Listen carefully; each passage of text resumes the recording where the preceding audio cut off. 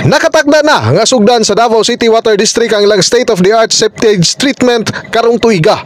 Ang mga serbisyo alayon sa septage management program sa programa sa City Government of Davao. Sumala pa ni Giovanna Cresta Duhay Lungsod, ang spokesperson sa DCWD. Nakatakda nga sugdan na kini sa bulan sa Agosto o Setyembre 2025. Sanglit na sa 93% na ang completion sa septage treatment plant sa DCWD diya sa Indangan, Davao City. Very excited and to showcase our state-of-the-art vacuum trucks na wala pa na ninyo siya nakita no na nagalawig dari sa ato ang syudad. It's spill-proof and it's very advanced. Ang mga programa align sa Septage and Sewerage Management Ordinance of Davao City. In the heart of changing lives, ako si Brigada Julius Pacot, alang sa 93.1 Brigada News FM Davao, Tam Music and News Authority.